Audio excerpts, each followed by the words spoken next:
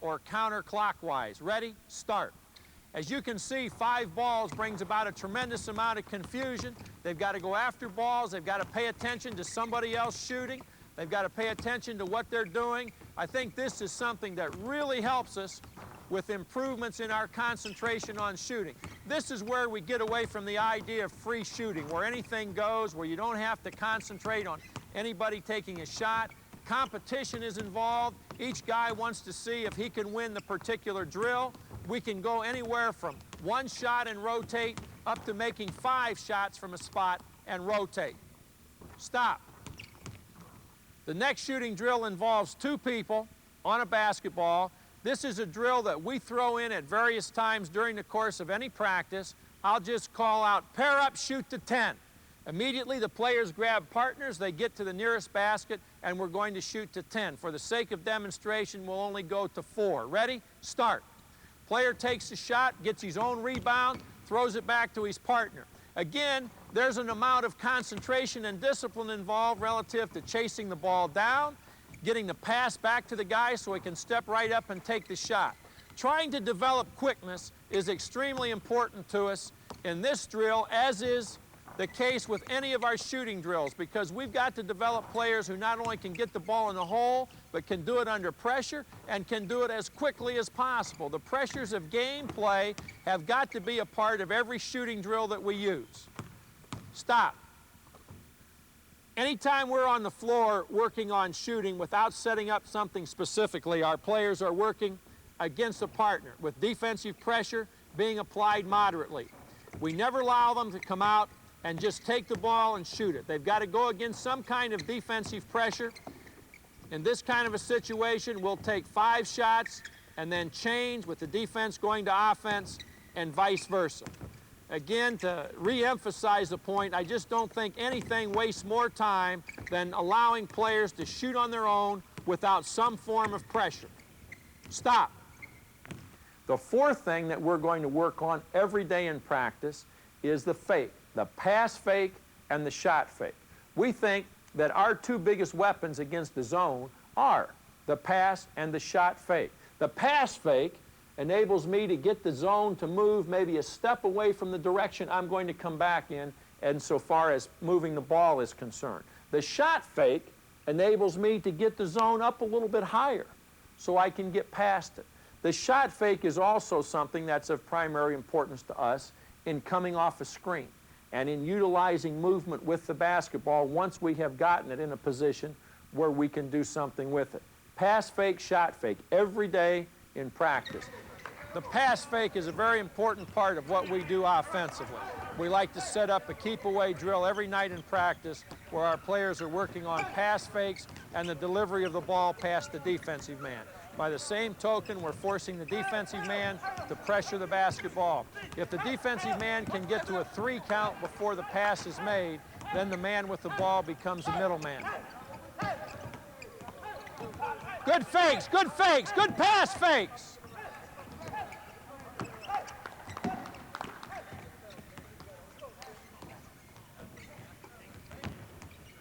We've talked about how important the shot fake is to our overall offense, both against the man-to-man and zone defenses. Here we're going to demonstrate the shot fake. The defensive player has the ball, makes the pass out to his partner who's going to execute the shot fake. Go ahead. Go around the defensive player for the shot. All right, let's go quicker. Let's go quicker. All right, we're going to work going both ways for the shot. We'll take 5 shots under moderate pressure and then change with the shooter becoming the defensive player and the defensive man becoming the shooter. The shot fake, as we said, is something that we've got to work on every night because it's such a big part of our offense against both man-to-man and zone defenses. We do this in pairs with everybody participating. Stop. And the 5th thing that we're going to work on each day in practice is our attack against zone defense. It may be the fundamental approach to the way we handle all zones in general, or it may, in a practice situation, be our attack against a specific zone. We're going to work 1-on-2, Royce. Take the ball into the gap and make the pass off to the manager. Same thing here. Take the ball into the gaps, make the passes off to the managers. All right, Get them set up so we got 2 working against 3, Joby. 2 against 3 to start with and 2 feeders out on top. Let's go.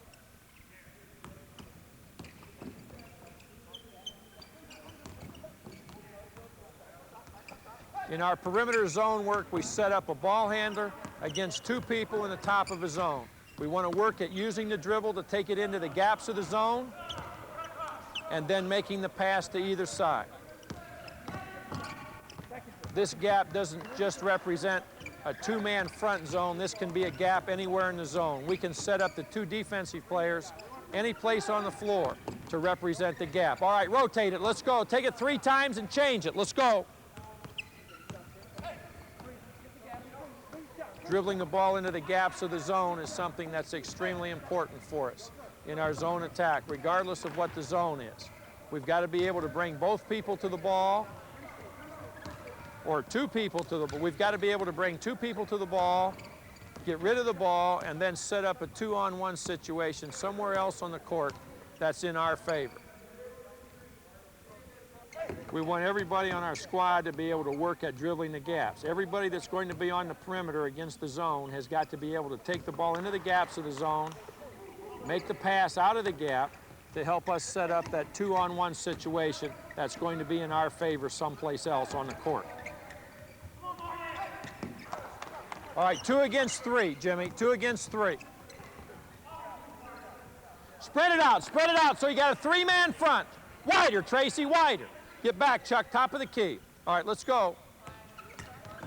We'll go from 1 man dribbling against a 2-man gap to 2 players working against 3 people. Now we've set up 2 gaps that we want to go into. We're trying to get our offensive people to penetrate those gaps. Split the, hold it. Go all the way through the gap if you can. Take the ball right to the bucket. You're trying to get through those gaps. You're not just trying to get into them, you're trying to get through the gap all the way to the bucket. Let's go. Look for the step-up shot. Come on, defense. You've got to shut him off.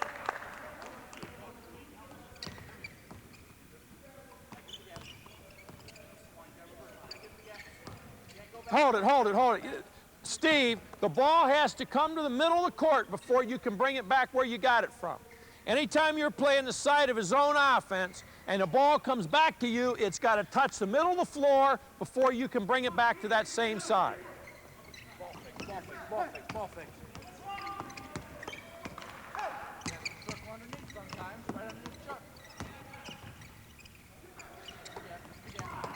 That's it. Get it reversed, good.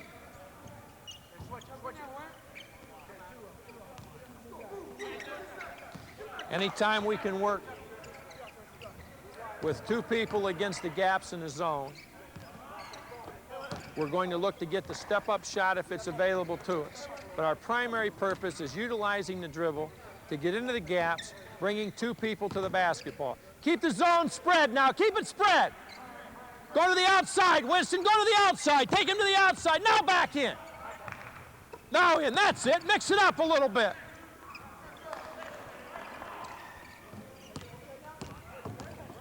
We can change spots on the zone, going inside the zone to the foul line and then coming back out on top. Just as we try to do with everything, both offensively and defensively that we do, we break our zone offense down into parts and then put these together in the hole or the 5-on-5 situation.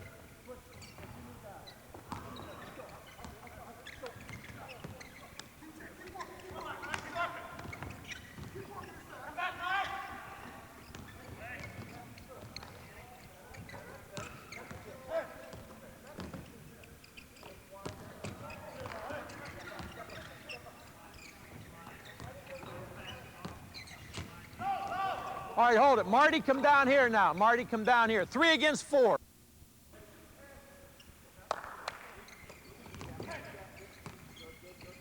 We set up 3 gaps with a 4-man zone, putting 3 offensive players working against it, taking the ball into the gaps or working with the cross-court pass. The pass fake and the shot fake both have to be a part of our zone attack in any situation when we're working against the zone. Back on top. Let's go. Let's go. Get wider, Danny. Stay wider so we can make the pass. We work 3-on-4 with a box set up against our three-man offense. Now we have three gaps to attack. Our pass fakes, our shot fakes are all very important to us. We can change position.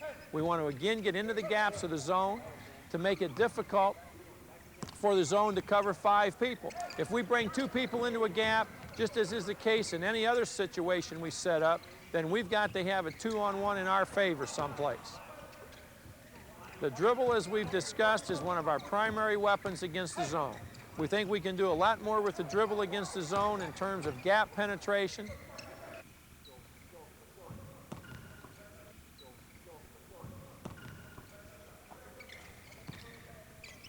We set up with 3 offensive players against a 4-man zone. This gives us 3 gaps. We're looking to take the ball into those gaps. We want 3 people to be able to contain 4. Usually we talk about containment from a defensive standpoint, but when we're attacking a zone, we want our perimeter people to be able to contain the offensive people through the use of the dribble.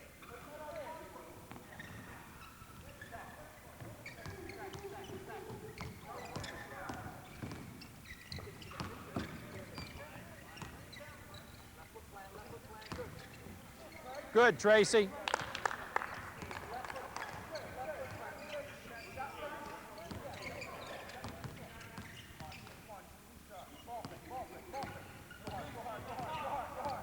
Three people attacking 4 in the zone gives us 3 gaps to work against. We're still working on our pass fakes, our shot fakes. We're working on taking the ball into the gaps, forcing 2 defensive men to cover the same offensive man.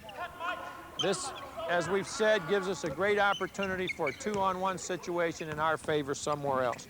Along with the shot fake, we spend a great deal of time working on the step-up shot against zone defense.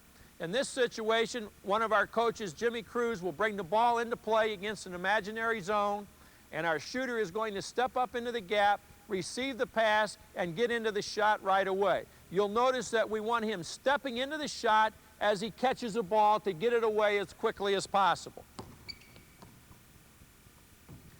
We think this is one of the essential ingredients that we've got to have in order to attack a zone on the perimeter. We're looking to take the shot from the 16 to 18-foot area. That white arc that you see on the court is at 16 feet from the basket, which is where we operate a lot of the time in reversing the ball against the zone defense. Step into the shot, work on it from both sides of the floor. We work on it against zone defense in general and against specific spots where we think the shot will come from against certain zones. Okay.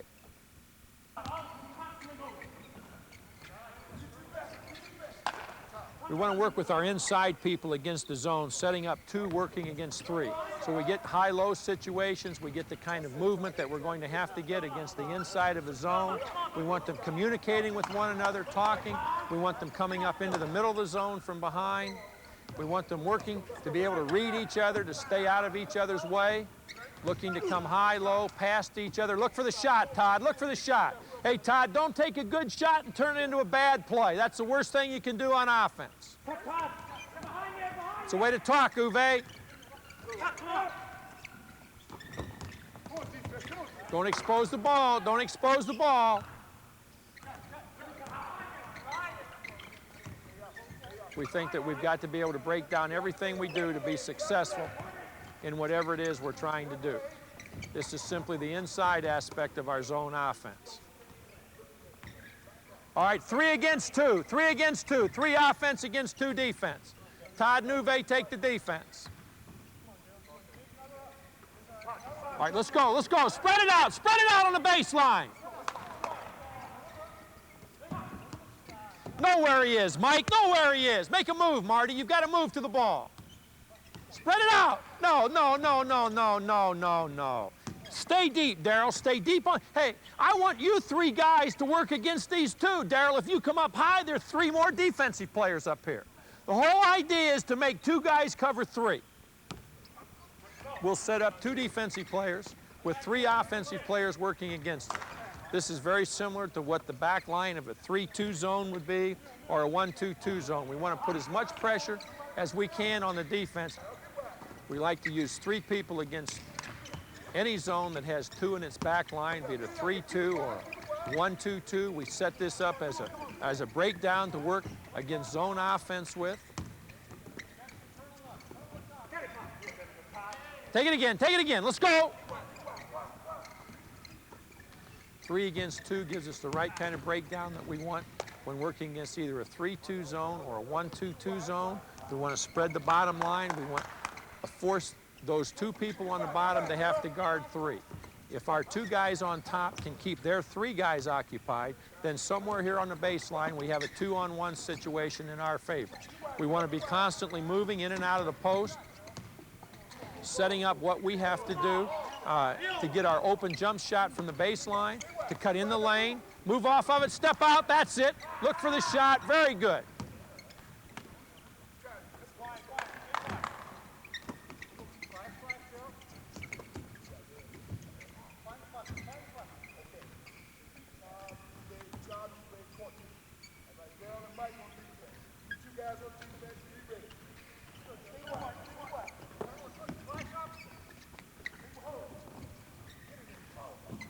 As an inside defensive drill, we want to work 3 offensive players against 2 defensive players, staying deep on the baseline, trying to take advantage of our 2 men on top, being able to contain 3 defensive players on top. We have a 2-on-1 situation inside that's going to be created because of our perimeter containment on top. We want our people reading each other, moving inside and out, getting the shot on the baseline or moving to get the ball in the middle against the 2-man bottom part of a zone.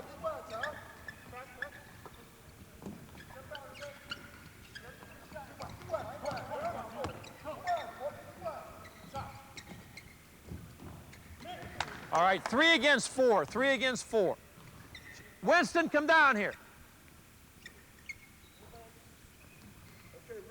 Set up a box, set up a box. Get up on top.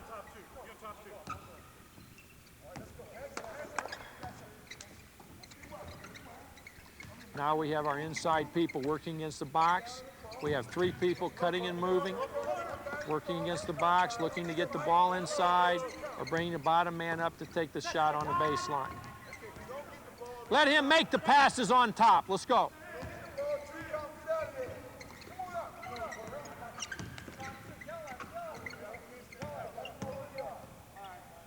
Read the lane, Mike, read the lane. Stay up above the foul line, Winston and Todd. Hold it, hold it. You can't drop back like that. In a ball game, you got guys that are going to be shooting the ball from there. All right, let's go.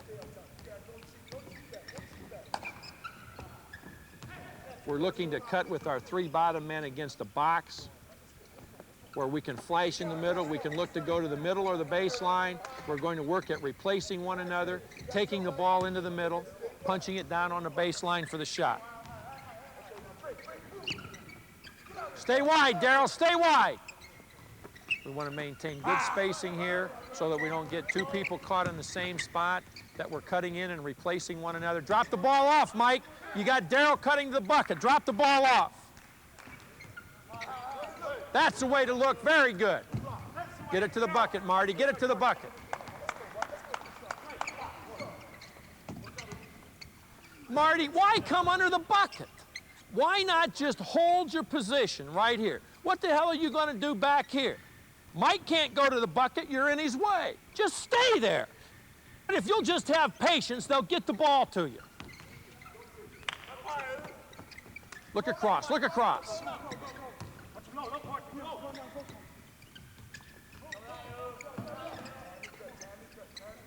Now come up, Marty. Go underneath, go underneath, go underneath, Marty. Up and down, up and down. They won't get the bounce pass with a pass fake.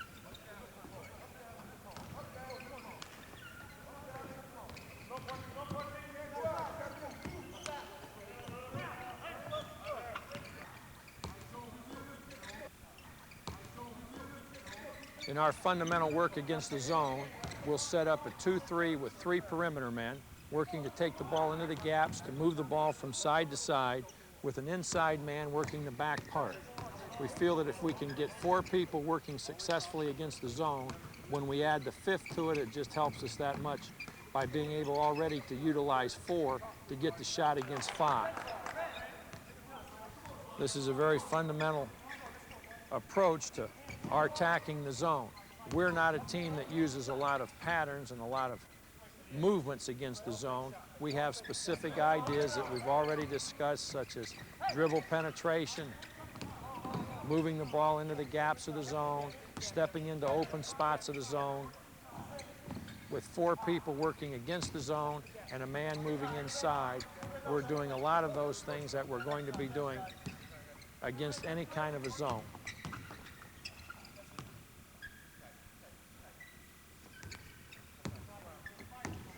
Working 4 against 5 is a fundamental approach we have in our zone work.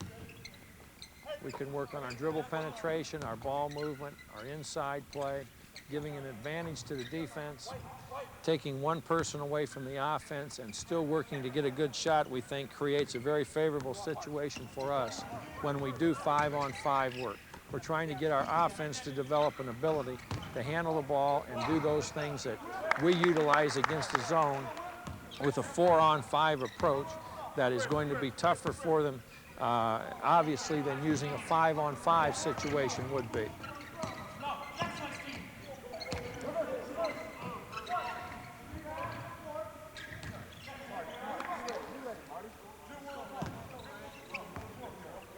Setting up with 4 offensive players against the zone and using those things that we try to do against the zone, we think is a big help to us in the development of our zone offense.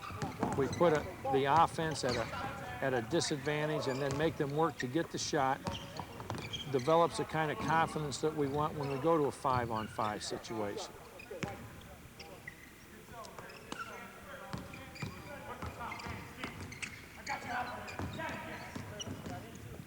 Exactly how we're going to do this.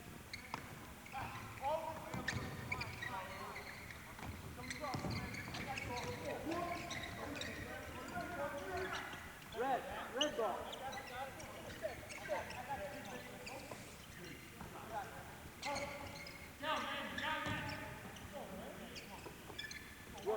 We set up with 4 offensive players against the zone, in this case a 2-3 zone, looking to penetrate the gaps, to move the ball, stepping into the open spots, getting the shot with the shot fake, the pass fake, and the movement of 4 people as opposed to 5 people that we'll be obviously using in game situations.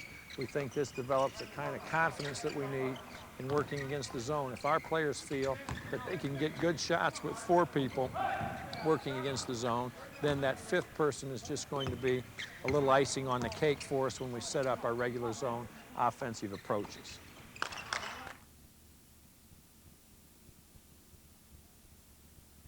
We have a drill that not only involves stance, but involves communication. We call this the slide drill, and we can end practice with it. You can see the players sliding, talking to each other, trying to avoid bumping into one another. We go through this for 3 times, and at the end of each time, you can see we do a few push-ups. We come right back into it. We let the captain of our squad lead the team through the slide drill. It's a very good way to end a practice session, and it also incorporates the ideas of not only stance, but communication. And in every single thing you're doing, whether it be defensively or offensively, try to work communication into what you're doing. Try to get your players to talk to each other. Try to get them to talk to one another defensively. Try to get them to talk to one another offensively. So many times we think about patterns and plays and defenses. We forget about something like communication. And instead of teaching patterns, let's teach kids to talk, and I think it's going to be much more beneficial to us. If we can work on our 5 defensive points, our 5 offensive points each day in practice, then we're developing in those areas, we're building those things that are going to be most conducive to our being a good basketball team. And that's what this tape is all about. Working in those areas that are important to you, that are important to me, to all of us as a coach, regardless of what our individual preferences in terms of specific offenses and specific defenses might be.